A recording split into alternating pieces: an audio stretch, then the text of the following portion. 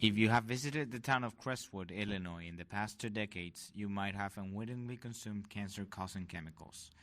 That is because of this man, Mayor Strangsack. As one Chicago Tribune reporter put it, everyone who worked in Crestwood knew you didn't question Mayor Chester Strangsack when he gave an order. So for more than 20 years, Mayor Strangsack and other town employees secretly augmented the town's water supply with water drawn from a well contaminated by a dry cleaning facility with perchloroethylene or PERC.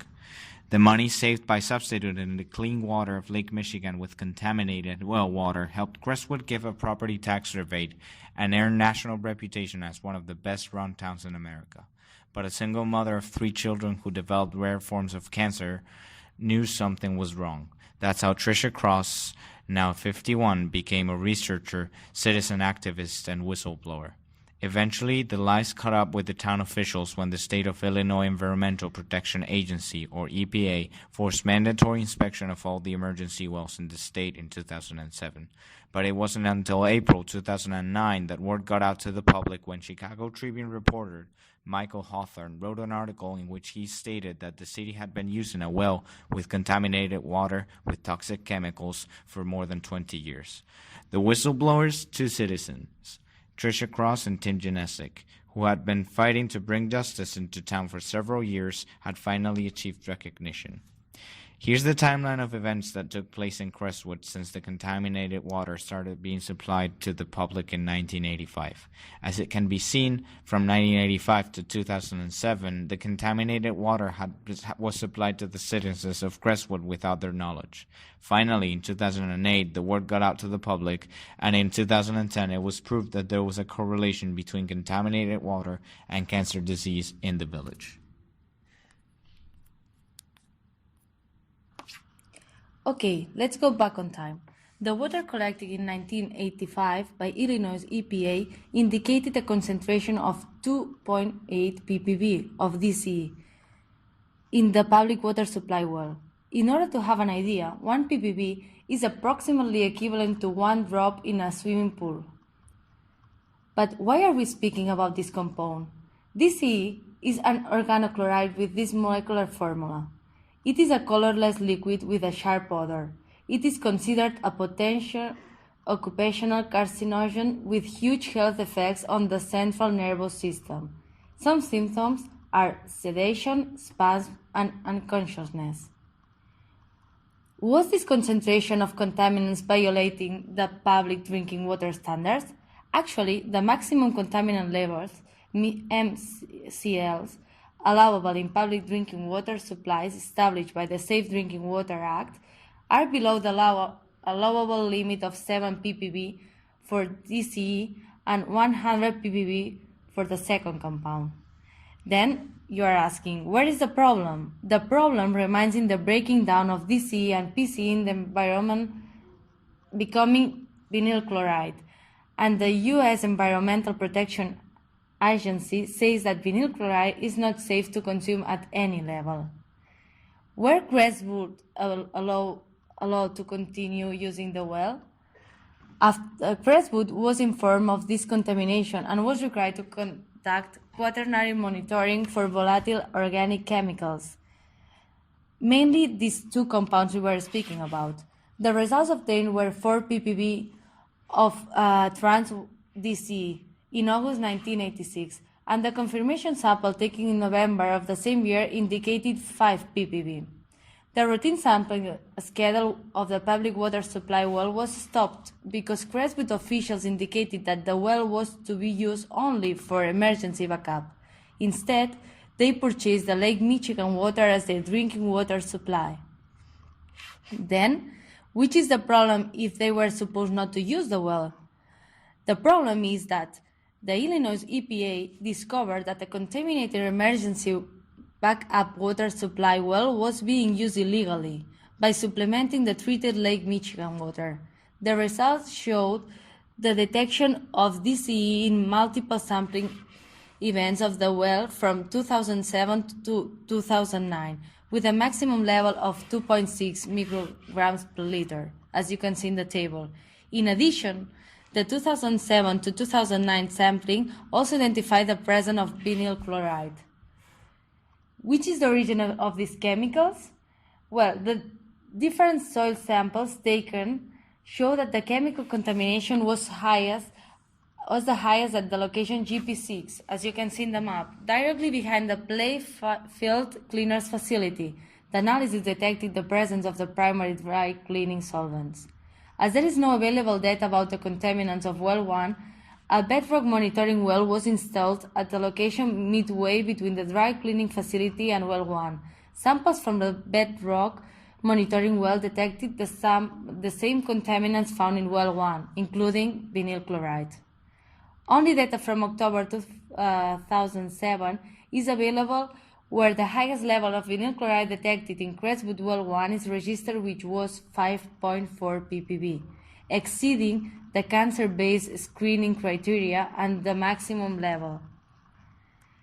Concentration of vinyl chloride that people were exposed while they were drinking water was sampled, but we have no any type of data from VOC sampling prior 1985. It is not known when the well was first impacted by the groundwater contamination. Moreover, no available information about the testing as the final drinking water was found. Therefore, some calculations have been performed. Illinois EPA review suggests that the blending rate over time was less than 10% of Crestwood Well 1 water and greater than 90% from the water provided by Lake Michigan. Based on available information, the maximum blending rate of well 1 used was 20% over short periods. Then, making some calculations, we can estimate a concentration of vinyl chloride in the final drinking water around 1 microgram per liter. No need to mention that the well was sealed and Crestwood has been supplying only treated Lake Michigan water to its residents since November 2007. The consequences: health problems, cancer. The consequences of this negligence can be observed in the same diagram. We can see that the rate of cancer for males was less than it was in reality, and more women than men suffer from cancer.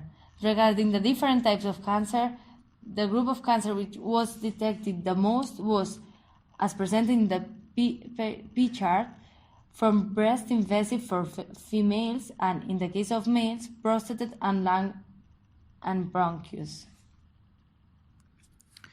The use of well number 1 is a clear violation of the Illinois Environmental Protection Act. This was a statement made by Illinois EPA in December 2007 after finding unlawful use of the contaminated well water. On May 1, 2009, a second-class lawsuit was filed by Crestwood resident Catherine Teresi. He accuses the village's current mayor, Robert Strangczek, former mayor Chester Strangczek, and other unnamed co-conspirators of concealing the presence of chemicals in the village's tap water and unscrupulously causing the tainted water to be pumped into homes and businesses. A third-class lawsuit was also filed by former Crestwood resident Diana De La Rosa, who lost 4 family members to diseases possibly linked to contaminated water. In response to public pressure, law came into action. In the response, Lisa Mandigan filed 58 pages of lawsuit against Robert Strangczek, Chester Strangczek, and Frank Scaccia, the former director of the Water Department, in June 9, 2009. In her statement, she said, and I quote, "Crestwood officials violated the public's trust and the laws designed to protect public health. Through this lawsuit, we're seeking to hold these officials accountable for their conduct and to make sure that this does not happen again in Illinois." That was the basis of House Bill 4021, which amends the Illinois Right to Know law. Madiagan and Governor Quinn with Illinois Environmental Protection Agency drafted this House bill in 2010.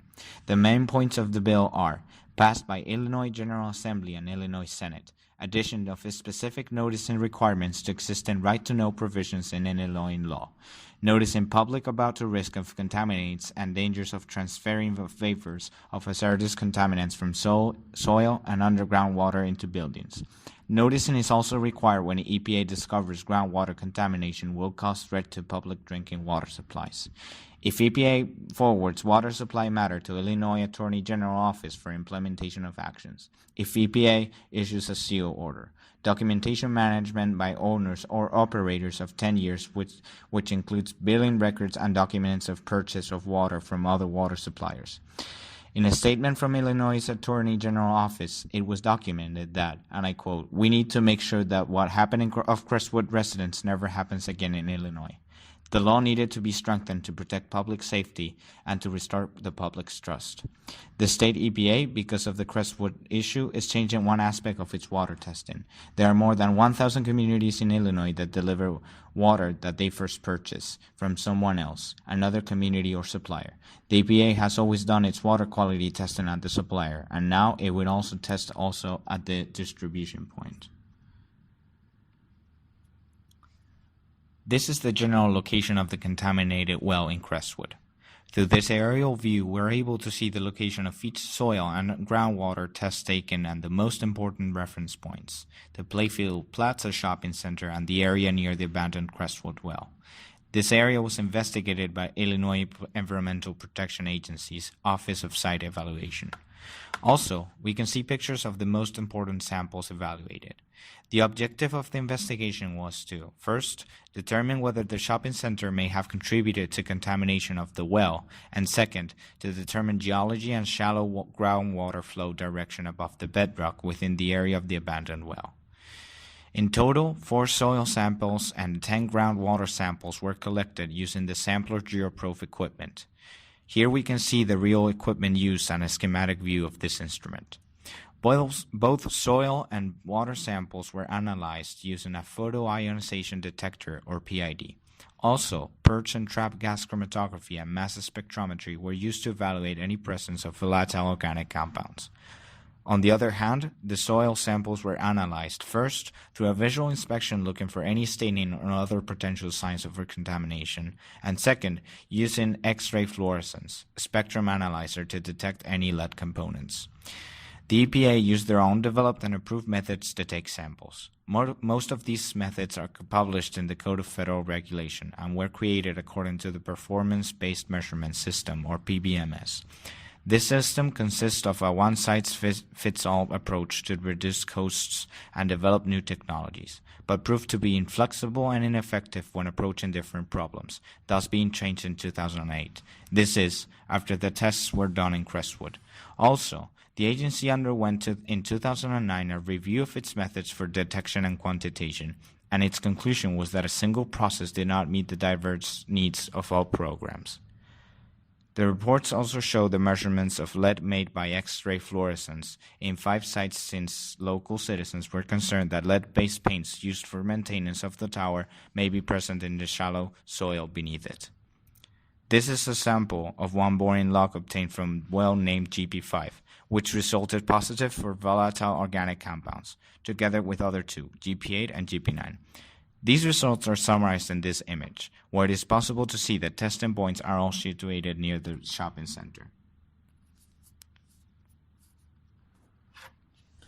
The scandal of Crestwood not only culminated with terrifying health problems as mentioned and demonstrated with the figures before, it also led the population with an emptiness in authorities' reliance. In that point, we can emphasize the importance of process analytics and monitoring, as all this human catastrophe could have been avoided. Looking back to the earliest stages of Crestwood contamination, we can definitely say that good practice were not applied. With this, we not only mean the frequency in sampling, which was interrupted, but mainly in the misinterpretation of the experimental data gathered from the analysis.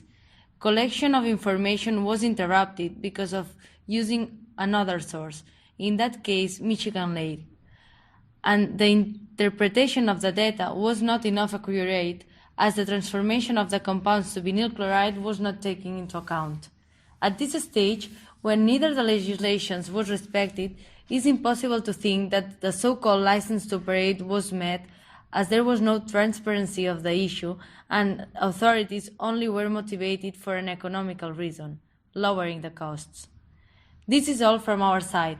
We just wanted to highlight the importance that monitoring had in that catastrophe and how necessary the good practices are in any process in order to guarantee a good quality, not only for the product, also for life.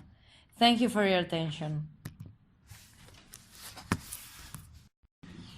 If you have visited the town of Crestwood, Illinois in the past 2 decades, you might have unwittingly consumed cancer-causing chemicals. That is because of this man, Mayor Strangsick. As one Chicago Tribune reporter put it, everyone who worked in Crestwood knew you didn't question Mayor Chester Strangsick when he gave an order. So for more than 20 years, Mayor Strangsick and other town employees secretly augmented the town's water supply with water drawn from a well contaminated by a dry cleaning facility with perchloroethylene or perc. The money saved by substituting